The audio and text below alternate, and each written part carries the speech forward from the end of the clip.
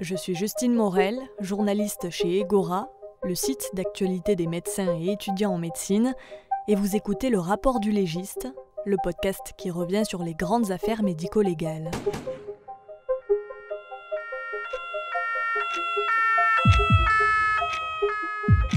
Aujourd'hui, nous recevons le docteur Fabrice Dédouy. À 49 ans, il est radiologue et médecin légiste au CHU de Toulouse et il fait partie du Centre d'anthropobiologie et de génomique de Toulouse. Pour Egora, il revient sur une affaire marquante de sa carrière, l'affaire de la momie bretonne.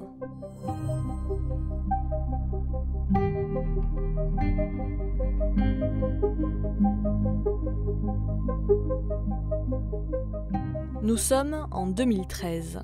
Dans le centre-ville de Rennes, voilà 2 ans que l'ancien couvent des Jacobins est en chantier. Le site, construit en 1369, doit être transformé en centre des congrès. Des fouilles préventives y sont alors organisées. En tout, les archéologues y découvrent environ 800 sépultures, dont 5 cercueils en plomb, accompagnés de reliquaires en forme de cœur. Rapidement, les chercheurs ouvrent 4 de ces sarcophages et tombent sur des squelettes. Quelques mois plus tard, le 5e, qui était jusque-là inaccessible, est à son tour dégagé, et à la surprise générale, il contient un corps momifié dans un état de conservation exceptionnel. Pour éviter qu'il ne se dégrade, il est immédiatement transféré au CHU de Toulouse, où il doit être examiné par des chercheurs du laboratoire d'anthropologie moléculaire et imagerie de synthèse, en collaboration avec le service médico-légal. Le docteur Fabrice Dédouy, déjà en poste dans la Ville Rose à ce moment-là, prend part à l'étude de la momie. En fait, la mission, c'était de comprendre comment est-ce qu'on en était arrivé là. C'est-à-dire, est-ce qu'on a des éléments pour savoir qui c'est ? Est-ce qu'on a des éléments pour savoir de quoi elle est décédée ? Est-ce qu'on a des éléments pour savoir éventuellement quelle pathologie elle avait ? Et puis après, contextualiser en fait une époque. Donc en fait, on s'est organisé pour bloquer une salle d'autopsie pendant quelques jours, parce qu'évidemment l'activité de tous les jours médico-légale elle continue en parallèle. Donc en fait, il y a eu plusieurs étapes. D'abord, il a fallu sortir le corps de la cuve en plomb. Donc une fois sorti, on avait un corps qui était habillé sur une planche.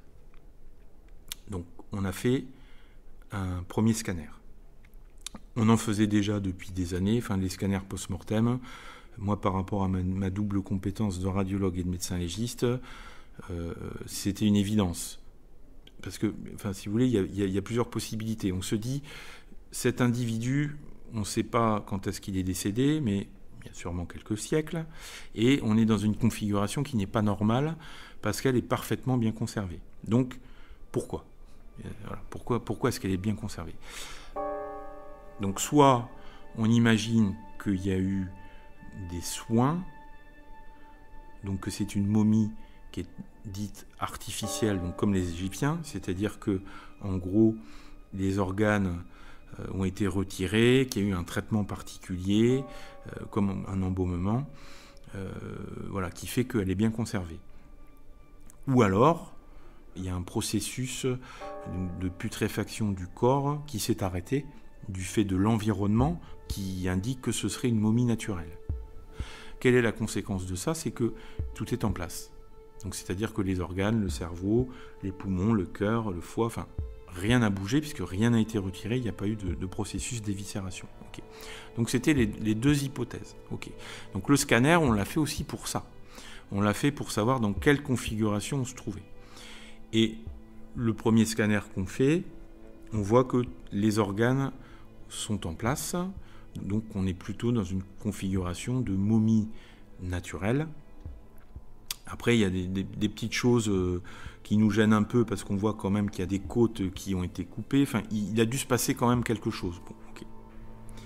Et on s'est rendu compte qu'il y avait des artefacts métalliques dans les habits et dans les chairs en fait, de l'individu et dans les os de l'individu qui sont gênants pour l'interprétation des images. Et on s'est demandé, mais qu'est-ce que ça faisait là, en fait? Donc on a eu les réponses plus tard, parce qu'il y a eu des analyses spectrométriques de différents prélèvements qui ont confirmé que ce qui était métallique, en fait, était du plomb, et très certainement, en fait, du plomb qui venait bien évidemment de la cuve du sarcophage.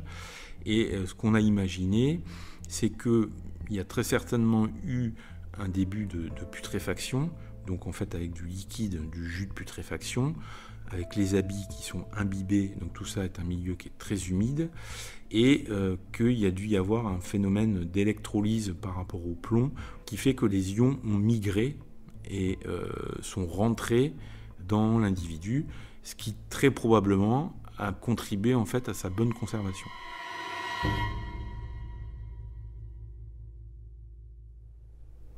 Donc ensuite, elle a été donc déshabillée.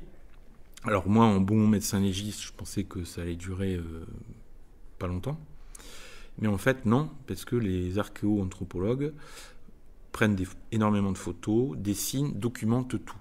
Donc en fait, il a fallu 1 jour pour la déshabiller, sachant qu'il y avait plusieurs couches. Voilà, parce qu'en fait, elle avait des habits de dominicaine. Donc au départ, en fait, on s'est dit, c'est une sœur. Voilà, on ne savait pas qui c'était. Donc, voilà. En parallèle, et donc c'est quand même le gros intérêt qu'elle a été trouvée sur le couvent des Jacobins, c'est qu'il y a des archives. Voilà. Donc il y a aussi des archivistes qui ont fait un travail de fourmi pour trouver et assez rapidement dire ça doit être Louise de Kengo de Tonquédec en fait. D'après les sources, Louise de Kengo de Tonquédec est morte en 1656, à plus de 65 ans. Elle est issue d'une grande famille rennaise, les Bourgneuf de Cussé. Son grand-père a été l'un des tout premiers présidents du Parlement de Bretagne. Rien à voir donc avec une sœur dominicaine, mais elle a sans doute fini sa vie au couvent des Jacobins, après la mort de son mari, Toussaint de Perrien, chevalier de Bréfeillac.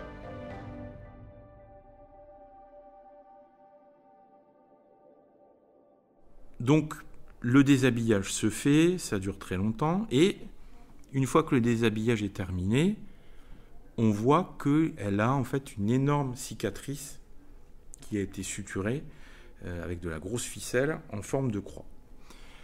Donc là, on se dit, il y a quand même quelqu'un qui a fait quelque chose. Voilà. Donc toujours par rapport à l'idée, momie naturelle ou momie artificielle. Okay. Donc on l'a rescanné. Et cette fois-ci, on avait moins d'artefacts parce qu'en fait, ses habits étaient remplis de plomb, en fait, à Louise. Donc c'est vrai qu'on y voyait quand même beaucoup mieux. Et là, en fait, on voit qu'effectivement, au niveau du thorax, il y a les côtes qui ont été découpées. On a un état de conservation interne qui est très bon. Et on va voir qu'en fait, elle n'a plus son cœur. Il y a des restes de poumons. Il y a l'aorte, il y a la trachée, il y a son cerveau, il y a son larynx, ses carotides, enfin, tout est là. Par contre, il n'y a pas le cœur.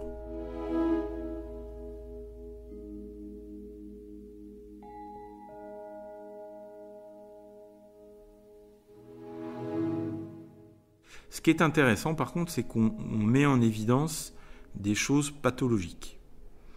Par exemple, donc on voit qu'elle a des plaques calcifiées au niveau carotidien. Donc elle a de l'athérome calcifié. Okay. Donc ça, c'est soit l'alimentation, soit génétique. Mais donc c'est assez exceptionnel d'illustrer ça, parce qu'on a la preuve que donc, même au XVIIe siècle, vous pouviez avoir de l'athérome. Donc on peut imaginer éventuellement du cholestérol, je ne sais pas. Voilà. On voit qu'elle a également ce qu'on appelle des brides au niveau pulmonaire. Donc ça, ça peut être soit la conséquence d'un traumatisme, soit d'une infection. Voilà. Bon, ok.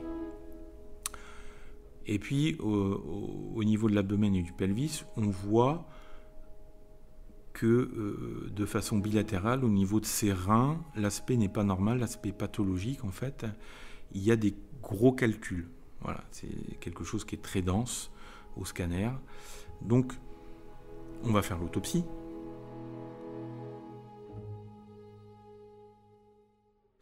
Quand on coupe la calotte crânienne, On comprend en fait l'aspect qu'on voit au niveau du scanner. Je vous ai dit qu'il y avait des artefacts métalliques où effectivement il y a des dépôts grisâtres, donc comme du métal, au niveau en fait de la couche osseuse qui forme l'extérieur du crâne. Okay. Donc on continue, on fait le thorax, donc on réouvre en fait cette incision qui a été faite en forme de croix, on enlève la grosse ficelle, on récline les parties molles, donc on tombe sur le plastron sternocostal dont on voit qu'il a été découpé. Okay. On voit aussi que les attaches antérieures des coupoles diaphragmatiques aussi ont été découpées. Et on voit ce sac péricardique qui est ouvert. Et donc ce sac est vide. Okay. Donc on l'explore. Et on va trouver, et ça c'est vraiment incroyable, la même ficelle que celle qui a été utilisée pour recoudre la paroi abdominale, qui ligature en fait l'origine de l'aorte thoracique et le tronc de l'artère pulmonaire. Grosse ficelle, pareil. Donc en fait, ce qui est incroyable, c'est que on comprend que la personne qui a retiré le cœur, déjà, elle comprenait ce qu'elle faisait et elle voulait travailler proprement, puisqu'en fait, les gros vaisseaux ont été ligaturés pour éviter que du sang coule partout en fait après le retrait du cœur. Alors ça, personne ne l'a jamais vu. C'est-à-dire qu'il y a déjà des corps, des squelettes qui ont été retrouvés pour lesquels on suspectait un processus d'embaumement ou de récupération d'organes, comme là ça a été le cas. Là, elle a été vraiment écœurée au sens propre du terme. Mais là, on avait la preuve directe. Et donc on peut tout documenter, alors pas comme si ça venait d'être fait, mais presque en fait. Donc on comprend par où est passé le chirurgien, quelles incisions il a faites et qu'est-ce qu'il a fait en fait. Okay. Donc ça c'est remarquable. Et puis on continue au niveau de l'abdomen et du pelvis et on va trouver ces calculs, ces fameux calculs rénaux, mais qui sont énormes. Donc en fait, il y a quasiment un empierrement, c'est des formes en fait qu'on ne voit plus actuellement au niveau des cavités urinaires de Louise. Et alors ça c'est intéressant parce que alors ça peut expliquer éventuellement le décès. Déjà ça fait très mal, mais surtout en fait c'est un nid en fait à bactéries, c'est-à-dire qu'en termes de pullulation microbienne, c'est le substrat parfait. Voilà. Donc éventuellement, vous pouvez faire une infection. Une infection peut se développer à partir de ces calculs et de cette stase urinaire. Et puis vous pouvez mourir en fait. Vous faites l'équivalent d'une pyélonéphrite ou d'un choc septique. Voilà, et vous pouvez mourir. Après, on ne sait pas si elle est morte de ça, mais en tout cas, donc on a des éléments. Ce qu'on a vu également, c'est qu'elle avait ce qu'on appelle une déformation crânienne intentionnelle. Donc ça se faisait aussi dans certains milieux très élitistes, où en fait, dès le plus jeune âge, on vous mettait soit des tablettes, soit des bandeaux autour du front et de l'occiput, et ce qui vous donnait en fait un aspect un peu conique du crâne. Donc ça, c'est très connu en Amérique du Sud, mais ça se faisait aussi en France.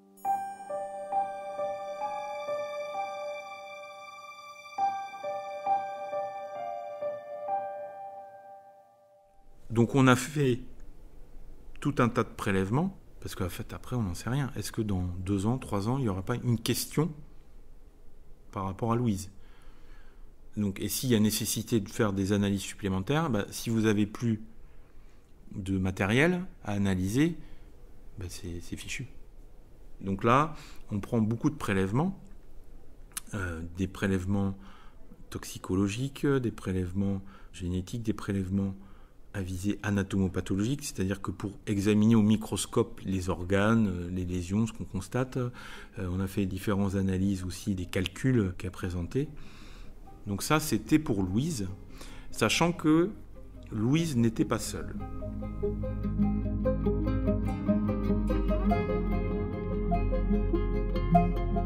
Vous venez d'écouter la première partie du rapport du légiste, l'affaire de la momie bretonne, racontée par le docteur Fabrice Dédouis. Suite et fin de ce podcast dans la deuxième partie, déjà disponible sur regora.fr et les plateformes d'écoute.